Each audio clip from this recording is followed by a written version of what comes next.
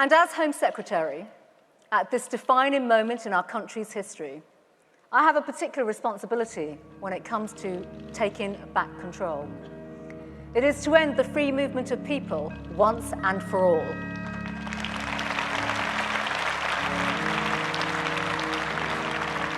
Instead, we will introduce an Australian-style points-based immigration system.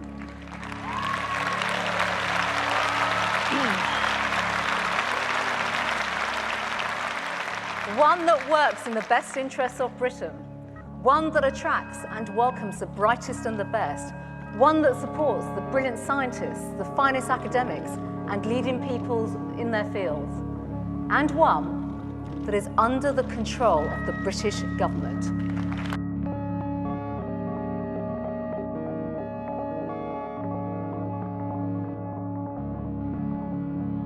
Reality does not come with tags attached, and so the ability to think critically, that is, perhaps to take information, descriptions about the world, and understand how it affects our day-to-day existence, would appear to require an educational system capable of delivering on such a promise.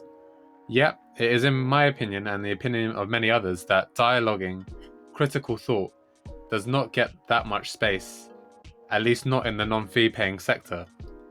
While we may not need a formal education to give rise to critical, curious young people, we at least need to not have miseducation, that is, growing up in the world of 1,000 competing opinions, just opinions, and there's plenty of that. While this video is itself mostly opinion, it also makes use of the dreaded experts that we're so sick of hearing apparently.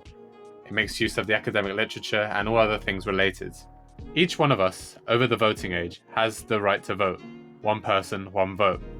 Many people in the 19th and 20th centuries died trying to get it.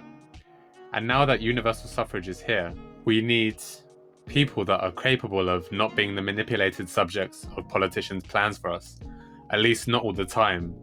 There needs to be some critical judgment about, for example, how bias and media ownership affects what we read or watch on political matters, or even how different philosophies which lay behind political choices make up what we hear and see and read.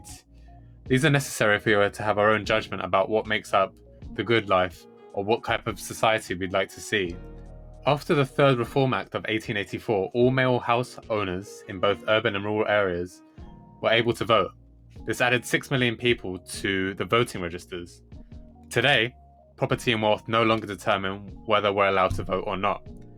Today in the UK, despite a decade of austerity and much else besides, most politicians and well-meaning educational commentators like to tell us that property and wealth are also decoupled from a pupil's educational outcome too. There might be something to this, but on the whole, education still often acts as a machine, one that is not conscious or deliberate, a machine that reproduces patterns in social life. This is called social reproduction. It would seem as though one hurdle has been substituted for another. But this picture isn't a monolith. In the 50s and 60s, we'd had what was known as the social democratic compromise, where brighter pupils were filtered through the grammar school system and were able to ascend. This is an imperfect system, of course. And during the New Labour period as well, there was the London Challenge, where massive amounts of funding were funneled into underperforming London schools. Today, Widening Participation data from 2019 shows that in relative terms, poorer Londoners are more likely to go to university than more affluent young people in every region outside of London. So 48% of free school meal eligible pupils at age 15 in inner London went on to higher education by 19, compared to just 18% in the southeast and the southwest. Surprisingly as well, the data also shows that those from BAME backgrounds are far more likely to go to university. So, for example, 67% of Black African female pupils eligible for free school meals progressed to university, to higher education, but only 13% of white British male free school meal pupils did so. While poor pupils are going to university, they're not getting into the higher tariff providers, the Russell Group universities, often associated with better graduate outcomes. Only 2% of poor pupils from the Northeast, the East, and the East Midlands get into top universities, compared to 6% of poorer pupils in London and 13% of wealthier Londoners. Clearly, not enough is being done in areas outside of London, where they are most needed. Many white working class pupils, a category many say is problematic if not racist, also represent the biggest social mobility challenges the UK faces. Any chance of modestly increasing decent prosperity, if not a more steep upward mobility, has to include them as well as BME pupils. This data on education, believe it or not, will be relevant to the recent election, Brexit, and the future of democracy, if I can pull this off correctly. This is because, briefly, the younger you are in Britain today, the more likely you are to be working class by any useful definition, in lower or falling wage jobs, insecure with no assets owned. For many reasons too, this predominance of working class people amongst the young is also racially inseparable too. BME groups are younger than white groups often, and this is one reason for the importance of intersections. Okay, let's get back to it. So we've talked about social reproduction, and we've talked about breaking this pattern with mobility, if not social justice, which is a bit more ambiguous. On the other hand, one of the factors in the decades-long build-up to the fear and loathing that generated Brexit, as many people have noted, might be stalled upward mobility, or at least downward mobility, the fear of it and its increasing prevalence. Some people might say, why don't we just keep this relatively rigid class structure? Inequalities are inevitable, right? Why don't the unwashed masses simply know their place? Inasmuch as all of this produces social order, the assumption is usually that this is not a bad thing, since few want disorder. Patterns of order that are produced are variable on their impact on people, according to their backgrounds, not just their personal characteristics. It is the view of many who study social reproduction that we could produce a society that could be modestly better, if not much better.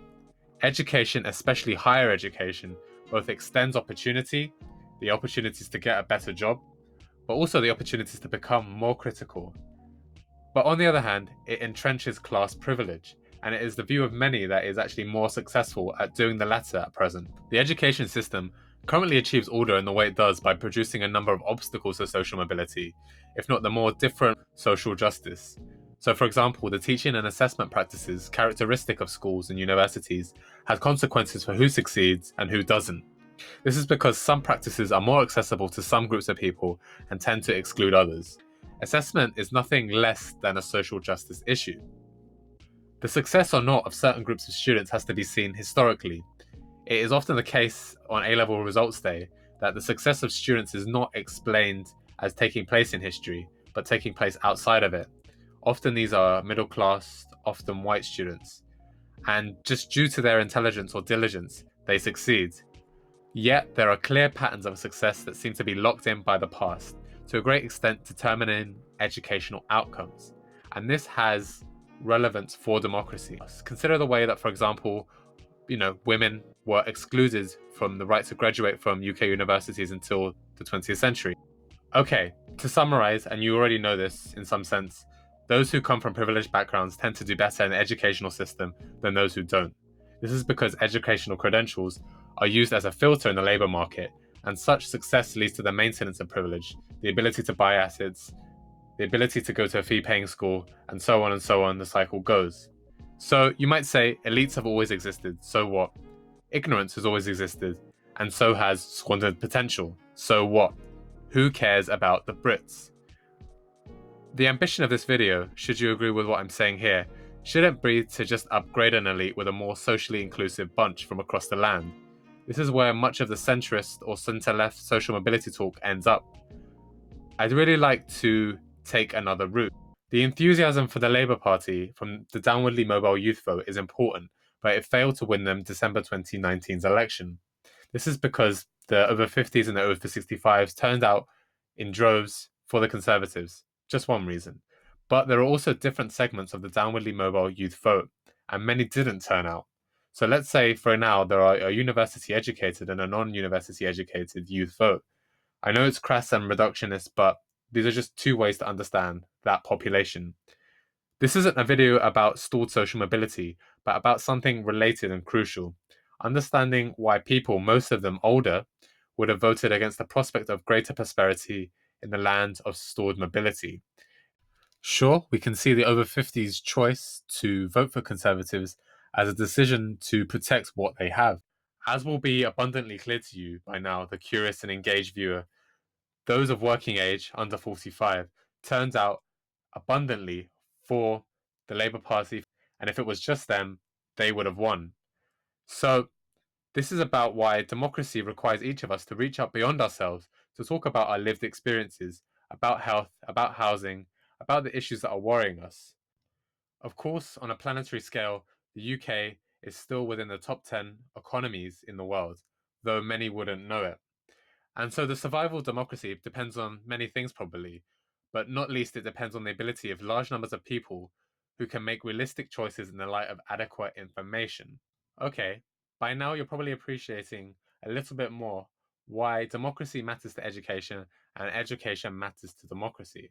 So, why is this all important?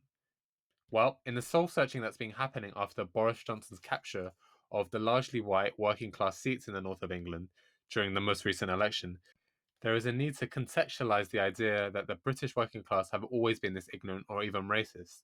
They haven't, but at the same time, we can't ignore the fact that the working class conservatism in Britain has always been big, if not bigger than its more progressive or socialist aspects. There are many interpretations about why Corbyn's Labour screwed it.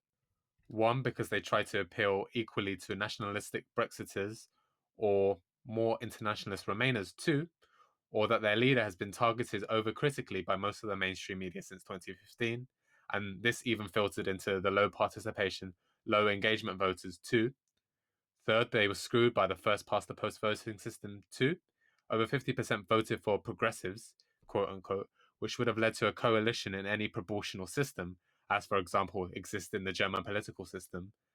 And more importantly, while their manifesto did not look out of place in the social democratic environment of Scandinavia, many voters who voted blue for the first time either didn't believe or didn't care that this better could actually be possible, more so that the man headed up to deliver it was some kind of Marxist fantasist unable to do what they really wanted, leave Europe, politically and economically, if not in other ways too.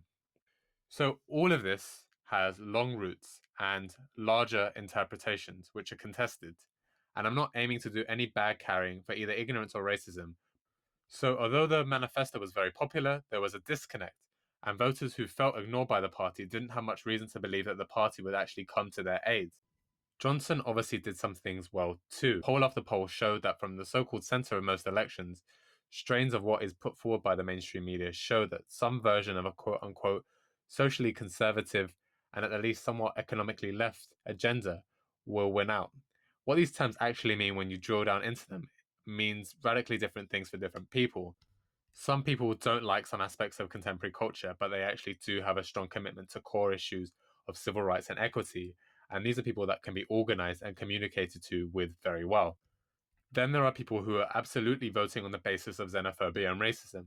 But we need to be able to separate and distinguish those two sets of people. It was ultimately the case that Boris Johnson could exploit xenophobia and racism. Many on the right could use the Boris Johnson who was Mayor of London, who defended minority rights and marched during Pride as an alibi. While he does have the most diverse cabinet in UK history and is promising not to end immigration, he's actually promising to have a neoliberal system that would incentivize people with higher job skills. He's promising huge investments in the NHS, big public service investments not seen since Blair. And it's very possible to see something similar. In other terms, then, what is the point of higher education when there is not the broadening of the class structure of professional jobs able to take those graduates and put them in higher paying jobs? So, this all matters because in 2019, the sharpest divide of all in the election was not class, but a close proxy. That is, as we've been going on about education. The largest swings from Labour to the Conservatives were in constituencies with fewer graduates and more people with no qualification. Tom Spillinger from Bristol wrote an article on why university participation is a major issue for democracy, which I recommend. Fewer graduates voted for the Conservatives than they did Labour, which does nothing to dispel the stereotype that Labour is and was a party of middle-class, educated graduates. At the same time, turning out to vote amongst 18 to 24-year-olds without degrees was really low. What's going on? I won't be able to conclusively offer an analysis on that, but this video can offer a momentary sketch on one bit of the overall picture. So the regular 18 to 24-year-olds who didn't go to university didn't really get out to the ballot box on December the 12th. What they think about and how they feel about the issues facing the country isn't really known. They're not really being heard except perhaps on the occasional Anywhere But Westminster Vox Pop with John Harris or on Twitter. But they still matter, right? Why do they matter? There is a line of thinking which suggests that young people do not need to be just more adept at passing exams, but in being able to master and co-construct the new knowledge, cohabit a shared social space where it is necessary for us not to miscommunicate to another. Conceived in this way, having the right kind of discussions bear down deeply on the overall health of democracy. The American educator John Dewey had some thoughts on the issue, and he emphasized in his conception of democracy the importance of functioning, multiple, and freely initiated social interactions, rather than just the representative institutions like his Senate or Congress or our Parliament. He writes that individuals learn to understand themselves as democratic individuals by becoming members of a community in which the problems of communal life are resolved by collective deliberation. What does this all mean for the UK? We have many problems and we have a lot of deliberation, but we seem to be getting nowhere. There is always perhaps some knowledge deficit amongst the population, and as we're all too aware, there is always some misinformation and lies during elections and in politics at large. The problem is that it only seems to have got more pernicious. For example, an independent fact checker found that 88% of Conservative Party communication in the run up to the December election had some element of mistruth. The Labour Party's was a tamer 0%. So, what I'm definitely not saying is that ignorance reigns across the land. But what I am saying is that people have jobs, they're tired and overworked, on flatlining wages, and they're not as well informed as they could be, and so on and so on. I'm just saying, let's stay curious, let's stay open. Although I sound pretty plummy and posh myself, as someone who grew up in a council flat in one of the bottom 10% of most deprived wolves in Britain, I can say it's not completely impossible that even the most porous can be more critical. I'm pretty sure that my own case wouldn't have happened if I didn't grow up in the years 1997 to 2010 for the most part. And yet, despite having phones in our pocket that are incredibly useful, there are still massive challenges about offering high quality information and high quality education. For example, the suggestion that we could have a universal or near universal free, open, and fast broadband service has to take into account the fact that we have to assess knowledge, the source of knowledge, and its worth first. I want to be aware and dispel the assumption that the working class are just less educated and therefore less likely to vote Labour. This assumption doesn't add up, as I've said. Working class conservatives and nationalists are in many ways on the up. There are a few in the Conservative Party right now who have won seats, and people's relationship to strong solidarity based forms of production, with union jobs and the like, are a fraction of what they once were.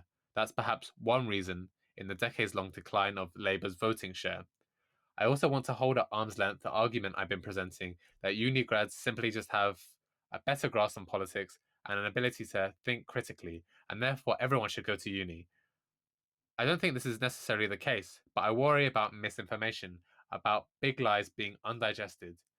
However, I also worry about the falsely enlightened sense of self that comes with higher education too. The real paragons of being less deceived are not just those with PhDs, but those who are truly nothing less than ceaseless in their search. I said earlier that the survival of democracy probably depends on many things. Not least, it depends on the ability of large numbers of people who can make realistic choices in the light of adequate information. Arguably, we don't have much adequate information out there, at least not in the distribution that it needs to be in. This is related to education in that the ability to change your mind in light of new or adequate information is probably the definition of being non ideological, of being able to be reflexive, to be non dogmatic and change your mind. So, take, for example, 800 libraries closing in Britain in the last 9 years, since 2010, or roughly 20% of all libraries in the United Kingdom. This is not just anti knowledge, it's anti the spirit of democracy. So we need knowledge, but we also probably need much else besides. We need to know, for example, how knowledge is being produced, how the disciplinary community of which it is a part is able to criticize it. So, how legal experts criticize the law, and how we can do this without chucking at the whole enterprise of knowledge, without it being simply just elitist. We have an excess of knowledge, but we are apparently sick of experts, according to Michael Gove. But would it matter to someone in Bolsover or Sedgwick, historically Labour seats for decades, which have now gone blue? Would it matter to them if I said the UK, for example, already has some of the tightest migration laws in Europe? There's no evidence this reduces anyone's quote-unquote legitimate concerns about immigration. Fear of foreigners are abstract and persistent, not concrete and remediable. The UK already has indefinite detention for migrants in some cases. It already has plenty of immigration removal centres, which I'm not suggesting we keep. So is part of the problem the lack of democratic forums? Apart from Twitter, which has its own inbuilt problems of grandstanding, miscommunication, and bringing out the worst in people, we don't have many truly democratic forums in everyday life. Many, like Reddit, are hosted by someone else, usually someone corporate. Historically, though, pubs have had a much greater role in developing English democracy than is generally realised. Inns and taverns can be free speech among a free people. Is this not a marker of a free society? Although workplaces are great places to discuss and collectively deliberate on issues that are relevant to us, they are not in themselves more mass democracy enabling improvements, like a curious and engaged citizenry with access to high quality information, with free and high speed broadband, for example, with many other things, like as many libraries as we had in 2010, if not more. Curious and engaged citizens are often angry and wary before they're happy and docile. So it is to the risk of any politician, you could say. You could also say that the idea of curious and engaged citizens everywhere is just a fantasy of educational experts, of which I am not really one, honest. Though this does not stop us from pointing out those institutions which actively harm democracy, like the Tory party, which has closed so many libraries, or the Sun newspaper, which has vilified the young and the educated, and they've been doing it for years. So, while this is not a video about how you join up socially conservative or hard or extreme right segments of the working class with the ones doing courier chefs in the gig economy or those students working some bar in Dalston. So this hasn't been a video about how it's possible to stimulate new growth, green or otherwise, in the once industrial parts of England which have been replaced with warehouses, call centres and retail space on the same land. It's not something we can do here, but it definitely matters to education and the kinds of people we become and the kinds of work we do. If I could argue for anything overall, it does matter that the experience of social mobility over the last 20 or 30 years has largely meant leaving the place someone grew up in and going to the sunlit uplands of southeast England, usually London. This moving, in some cases, in most cases, breeds from the family and friends, so you think you're better than us, Al attitude, a resentment from these so-called left behind places. But these so-called left behind places need educated people too. They need them more than most, as you know. So in conclusion, if I can really say anything, I would offer this. It might be the case that for the future, people will endure hardship as long as politicians make them believe they are right, based on the information they had available to them at the time. People want to believe in Brexit even if it means pain, and there are numerous explanations that could be given as to why. So if education can do anything, and it can certainly do lots of things, it can offer and extend alternative ways of being both as an individual and together.